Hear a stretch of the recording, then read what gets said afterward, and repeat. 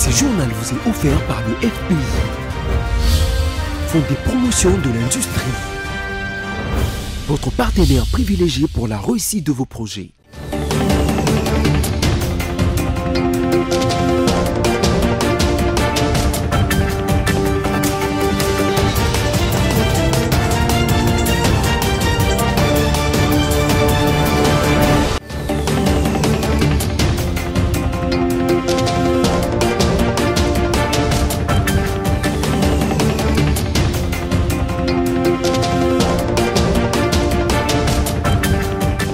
Nouveau journal sur votre chaîne, madame, monsieur, merci de nous choisir. Tout de suite le menu. La journée d'aujourd'hui est marquée par l'ouverture du Ramadan, une période consacrée aux jeûnes et prières pour le musulman du monde entier. À Rome, le pape François a prié dimanche 10 mars 2024 avec une centaine de Congolais vivant en Italie qui ont organisé une marche de soutien aux Congolais victimes des atrocités à l'est de la République démocratique du Congo. La formation des formateurs des inspecteurs de maternelle et primaire a été lancée ce lundi 11 mars par le ministre de l'enseignement primaire, secondaire et technique, Tony Mwaba Kazadi. Encore une fois, bonsoir. Voilà tout pour le sommaire. Augustin Kabouya, secrétaire général de l'UDPS et informateur désigné par le président de la République, a annoncé au cours d'une matinée politique tenue le dimanche 10 mars à Kinshasa sa candidature au poste de premier vice-président de l'Assemblée nationale. Roger Matadi. Le poste du prochain premier ministre de la République démocratique du Congo est réservé au parti présidentiel de l'Union pour la démocratie et les progrès sociaux, UDPS, a annoncé dimanche Augustin Kabouya, l'informateur désigné par le président Félix Tshisekedi lors d'une matinée politique.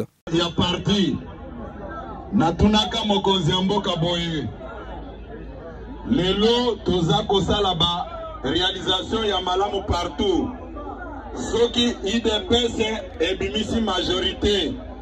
Est-ce que okope sabiso primature mokonza mboka lobaki akope sabiso primature yango naza koyebisa bino na pokwa lelo primature eko revenir des droits à l'UDPS na baéchange oyo toza kosala na mokonza mboka toyoka na malamu na échange oyo tosali na Nai na lobi boye UDPS viva na lobi boye naza candidat premier vice-président Assemblée nationale. Le parti présidentiel est donc la première force politique représentée à la Chambre basse du Parlement. D'autre part, l'union sacrée de la nation, la famille politique du président Tshisekedi a raflé quasiment tous les autres sièges. L'opposition occupe moins de 10% des sièges au sein de l'hémicycle. Dans son premier mandat, le président Tshisekedi avait composé d'abord avec un premier ministre issu du camp de son prédécesseur Joseph Kabila. Il s'agit du professeur Ilunga Ilunkamba, puis il a désigné Jean-Michel Samaloukonde comme son deuxième premier ministre. Le parti politique Ensemble pour la République a récemment pris la parole pour clarifier sa position sur les récentes arrestations à Goma des membres du groupe présentés comme des traîtres en coopération avec les rebelles du M23 ont été arrêtés, une action qui a suscité des interrogations au sein de l'opinion publique et internationale. Suivez les mises au point du parti.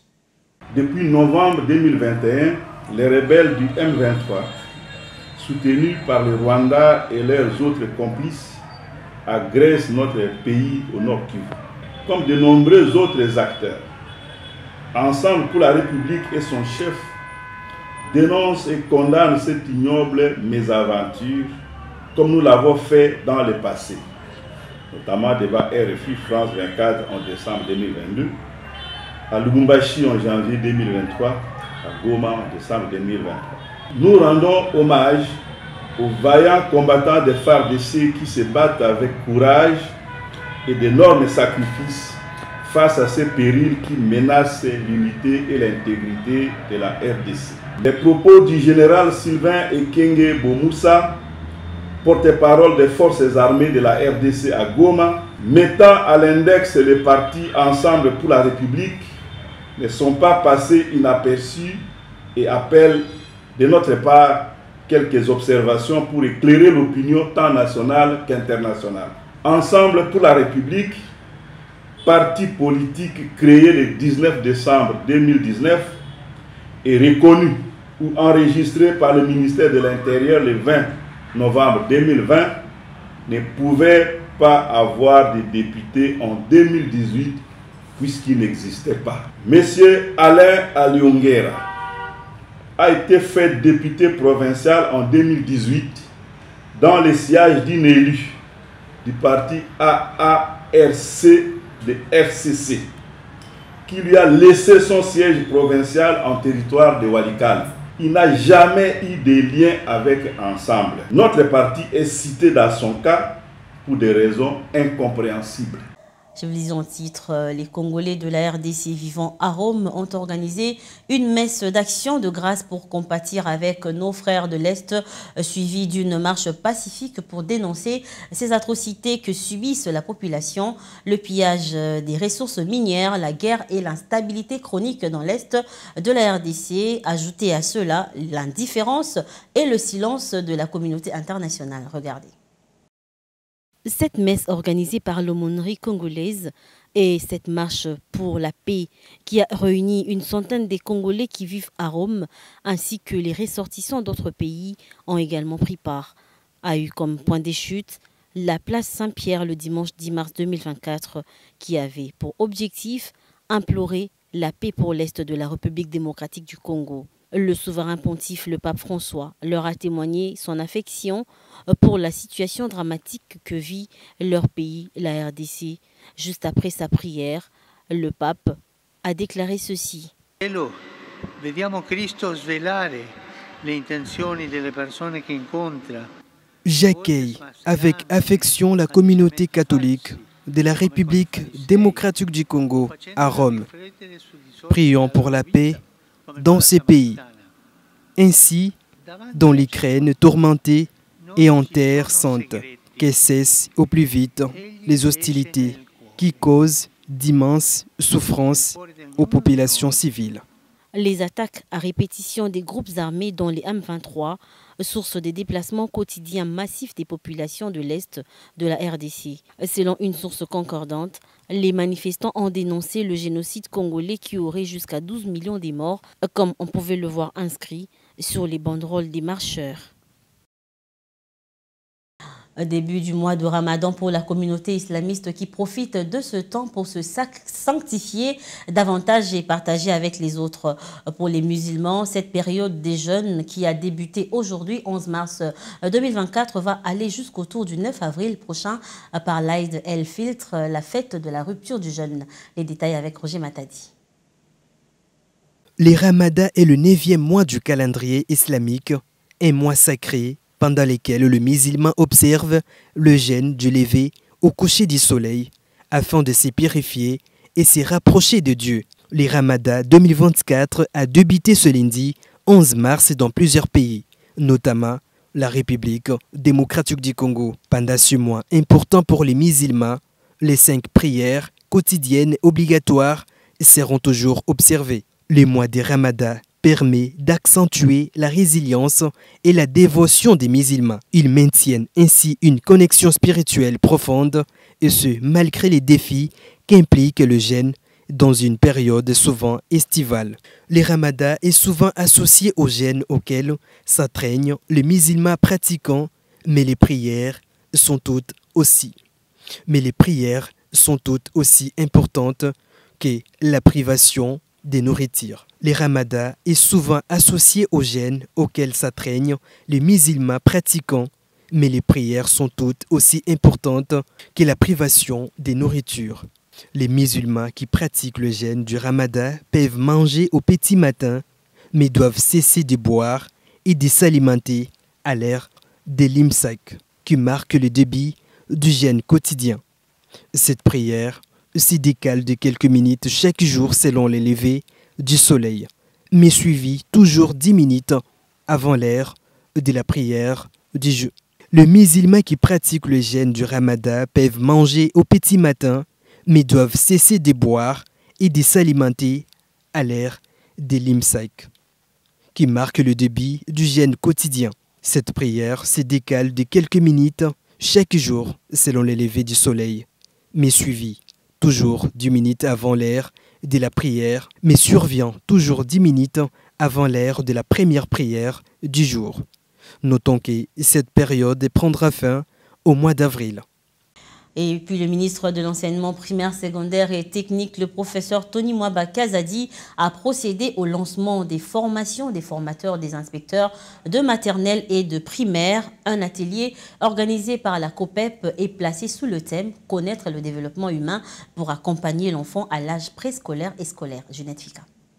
C'est dans la matinée de ce lundi 11 mars que le ministre de l'enseignement primaire, secondaire et technique, le professeur Tony Mwaba Kazadi, a lancé la formation des inspecteurs de maternelle et primaire dans le cadre de la commission COPEP, toujours dans le but d'améliorer la qualité de l'enseignement, comme le souhaite le chef de l'État, Félix-Antoine Tshisekedi Tshilombo. Le professeur Tony Mwaba Kazadi a renseigné que l'amélioration de la qualité de l'enseignement s'avère son cheval de bataille. Cet atelier de 5 jours est organisé pour renforcer les capacités des inspecteurs du niveau primaire et maternel. Notons que cet atelier organisé par la COPEP, qui regroupe 50 inspecteurs, est placé sous le thème « Connaître le développement humain pour accompagner l'enfant à l'âge préscolaire et scolaire ». Vous savez certainement qu'une peine de 20 ans d'emprisonnement a été requise depuis le week-end dernier contre le journaliste Stanis Boujakira par le ministère public. Boujakira est accusé d'avoir fabriqué une note attribuée à l'Agence nationale des renseignements, ANER en sigle, et d'avoir exploité par un article des Jeunes Afrique des circonstances de la mort des chérubins au Kende. Roger Matadi. Malgré les contestations de quelques journalistes, à Kinshasa pour les cas de leur confrère Stanis Boujakira, l'audience sur son dossier s'est ouverte sur la lecture d'un rapport d'expertise technique commissionné par les tribunaux pour examiner les preuves des accusations portées par les ministères publics contre les journalistes. Dans ces accusations, l'expert a souligné les difficultés inhérentes à la démonstration formelle que Stanis Boujakira soit l'auteur ou le diffuseur de la note controversée attribuée à l'ANER. Malgré les incertitudes soulevées par ces rapports, le ministère public a maintenu et même renforcé sa position contre les journalistes.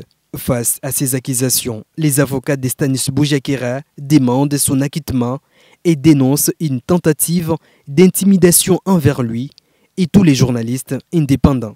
La défense de Stanis Boujakira a souligné l'absence de preuves matérielles et conteste la constitution des infractions. Dans le système juridique congolais, qui suit le modèle français, en matière pénale, la preuve est très déterminante, surtout pour ce qui concerne les infractions matérielles. Les infractions matérielles sont entre autres celles imputées à Stanis Boujakira. Et jusqu'à la clôture des débats, l'accusation a démontré de faiblesse pour produire une moindre preuve pouvant incriminer Stanis Boujakira, comme vous l'avez su. Alors, pas de preuve en matière pénale, ça amène au doute, et les doutes amènent à l'acquittement prévenu, ce que nous souhaitons et attendons. Les correspondants à Kinshasa du magazine Jeune Afrique, Stanis Boujakira a été arrêté il y a tout juste 6 mois et est jugé depuis octobre 2023 à raison d'une audience toutes les 2 ou 3 semaines. L'accusation lui a requis 20 ans de prison. Et à Kinshasa, la police nationale congolaise met en garde toute personne qui va devoir relayer des vieilles vidéos sur les réseaux sociaux dans le but d'éternir l'image de marque de la police, tout en sapant tous les efforts que la PNC ne cesse de consentir pour la quiétude de la population quinoise. Par conséquent, le commissaire provincial Blaise Kilimbalimba a fait savoir que tout celui qui sera surpris dans cette sale besogne sera interpellé. Et on va prendre cette information en provenance de la capitale congolaise de Kinshasa. La vice-gouverneur et gouverneur intérimaire du Lualaba, Fifi Masuka Saini, a regagné dans la journée de dimanche 10 mars 2024 à sa province natale où Un accueil chaleureux lui a été réservé par les membres de son gouvernement. Presse locale.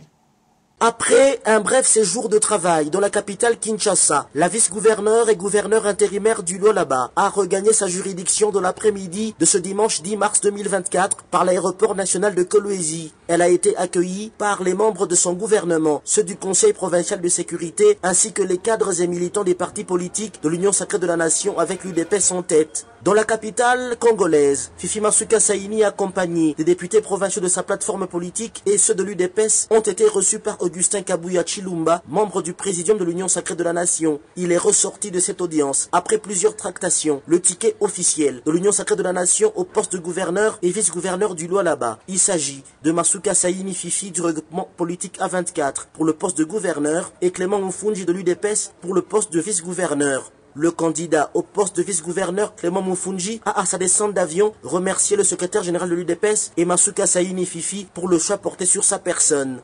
J'ai été soutenu par la main d'une dame qui croit beaucoup à Dieu.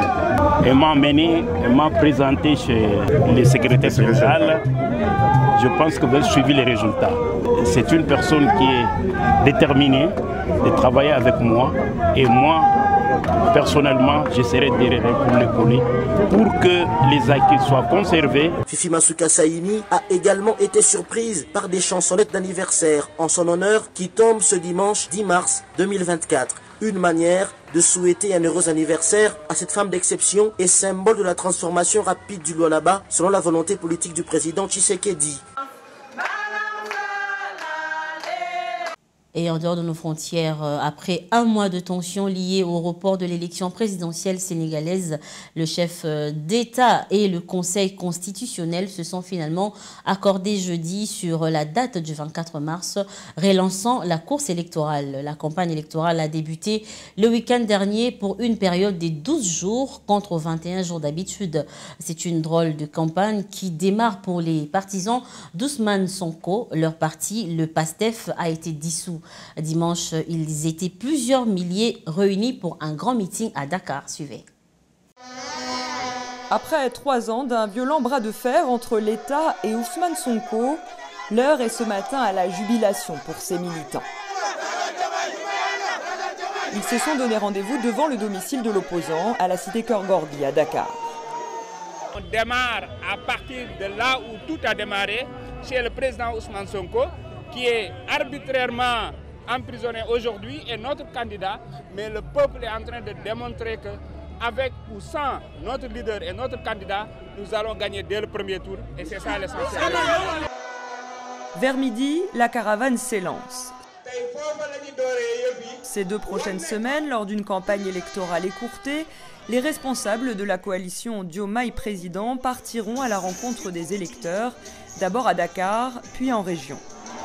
Le candidat n'est pas encore avec nous, mais aujourd'hui nous sommes une coalition qui, au plus tard demain, nous serons autour de 150 organisations, partis politiques, mouvements citoyens, mouvements politiques qui sont membres de la coalition, 150 leaders. On leur demande à chacun de retourner dans sa base pour aller battre campagne, faire le porte-à-porte, inciter les populations à aller retirer leurs cartes.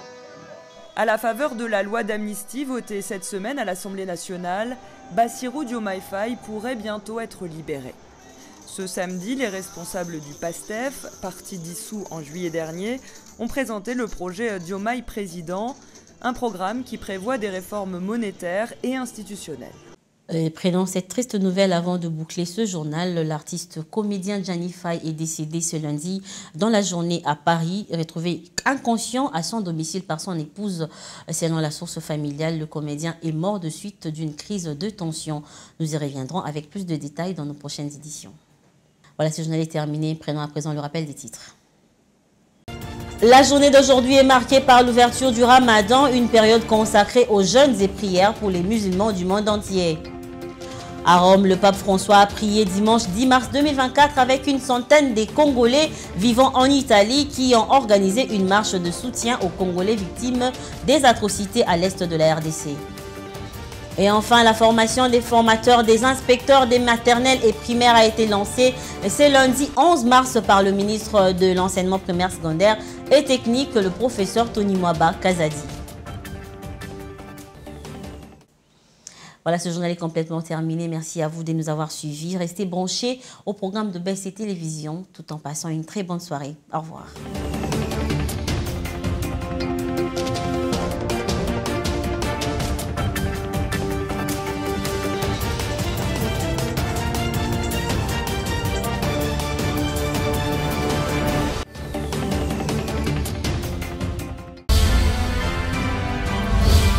Ce journal vous a été offert par le FPI, Fonds des promotions de l'industrie, votre partenaire privilégié pour la réussite de vos projets.